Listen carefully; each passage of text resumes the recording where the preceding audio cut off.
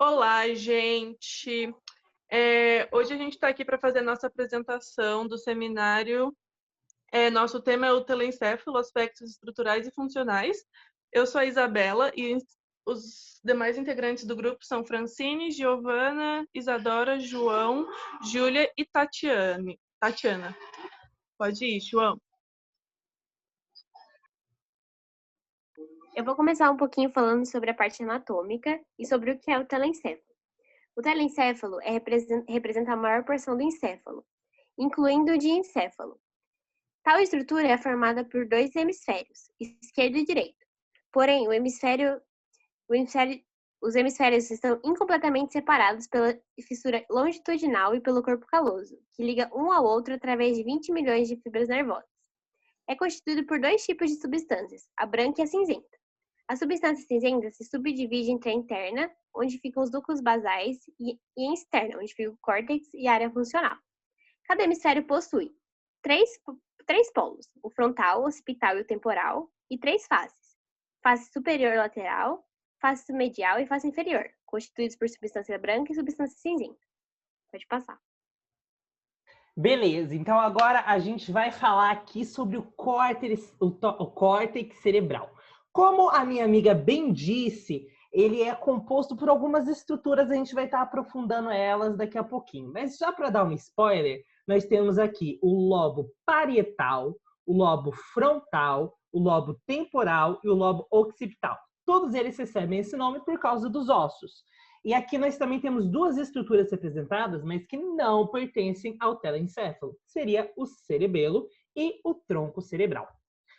Aqui a gente traz um pouco melhor esses lobos que eu falei agora. Nós temos eles numa vista superior, uma vista inferior, uma vista medial e uma vista lateral. Cada um com o seu tipo de lobo. E um lobo que ele não é visível, mas que ele existe, ele está ali dentro, é o lobo insular.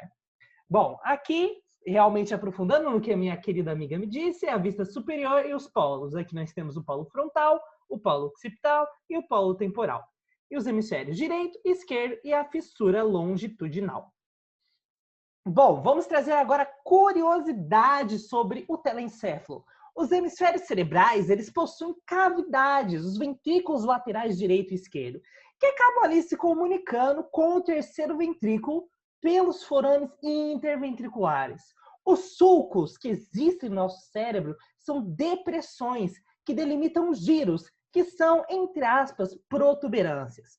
Os sulcos, eles permitem considerável aumento da superfície do telencéfalo sem um grande aumento do volume cerebral. Muitos sulcos são inconsistentes e não recebem qualquer denominação, mas outros, mais constantes, recebem denominações especiais. Os dois sulcos mais importantes são o sulco lateral, também chamado de sulco de Sylvius, e o sulco central, também chamado de sulco de Rolando. Os lobos cerebrais recebem sua denominação de acordo com os ossos do crânio, como eu já tinha contado para vocês aqui. E a divisão em lobos, ela não corresponde a uma divisão funcional. Agora nós vamos passar aqui para a parte histológica para falar sobre os tecidos, os tipos celulares e as especificações e funções da célula. É com você, minha amiga Bela.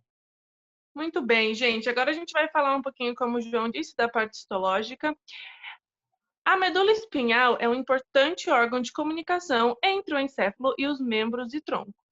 Pela substância branca da medula passam importantes conjuntos de feixes de axônios, transmitindo informações do encéfalo, assim como para o encéfalo.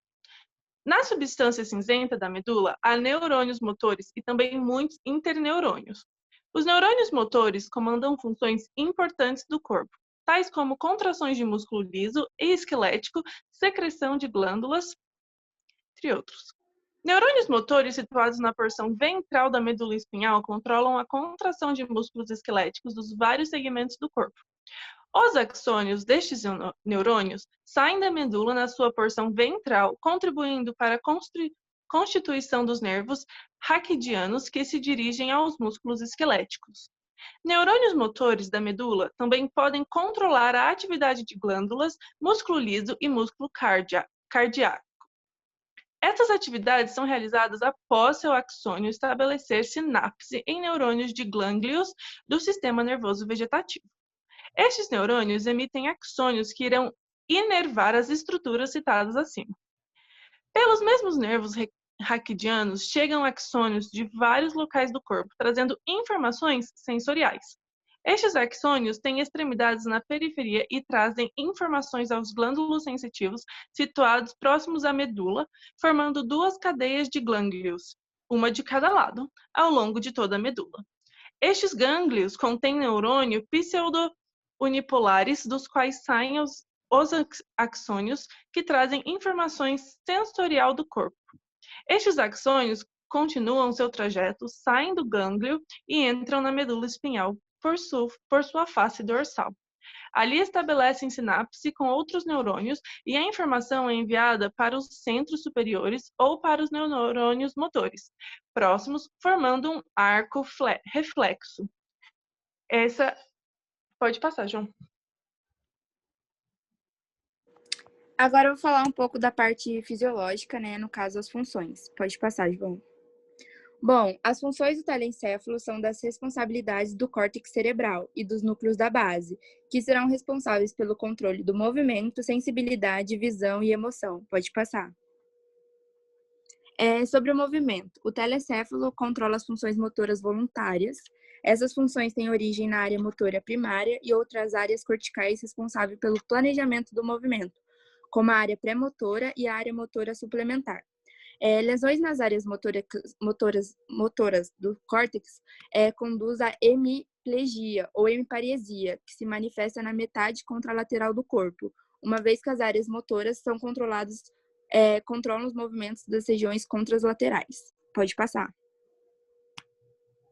Sobre a sensibilidade, as áreas sensitivas do córtex localizadas no lobo parietal recebem impulsos sensitivos a partir dos nervos periféricos, permitindo a sensibilidade tátil, vibratória, proprioceptiva, termoálgica e visceral. O córtex ainda possui áreas sensoriais que recebem e processam impulsos visuais, auditivos, gustativos e olfativos. Pode passar. Sobre a comunicação. A linguagem e a comunicação são controlados por áreas corticais específicas. A porção motora da linguagem ela é controlada pela área de Broca, localizada no lobo frontal. Já a compreensão do discurso e da responsabilidade é controlada pela área de Wernicke, que situa no lobo temporal. Essas áreas elas são apenas funcionais no hemisfério dominante e sua lesão pode levar à afasia, estado onde ocorre uma perda exclusiva da capacidade de produção e ou compreensão do discurso da linguagem. Pode passar. Sobre o controle emocional. O comportamento emocional dos indivíduos é controlado por áreas corticais, como córtex pré-frontal e o tálamo. O estado emocional é também influenciado pelo sistema límbico, um sistema constituído por um conjunto de estruturas relacionadas funcionalmente, como circunvulação do corpo caloso, circunvulação para-hipocâmpica, o hipocampo, a amidalite e o aparelho auditivo. Pode passar. Bom, essas são as nossas referências que nós utilizamos e aqui nós encerramos com muito amor e muito carinho, muita dedicação, o nosso trabalho sobre o telencéfalo, aspectos estruturais e funcionais. Muito obrigado pela sua atenção.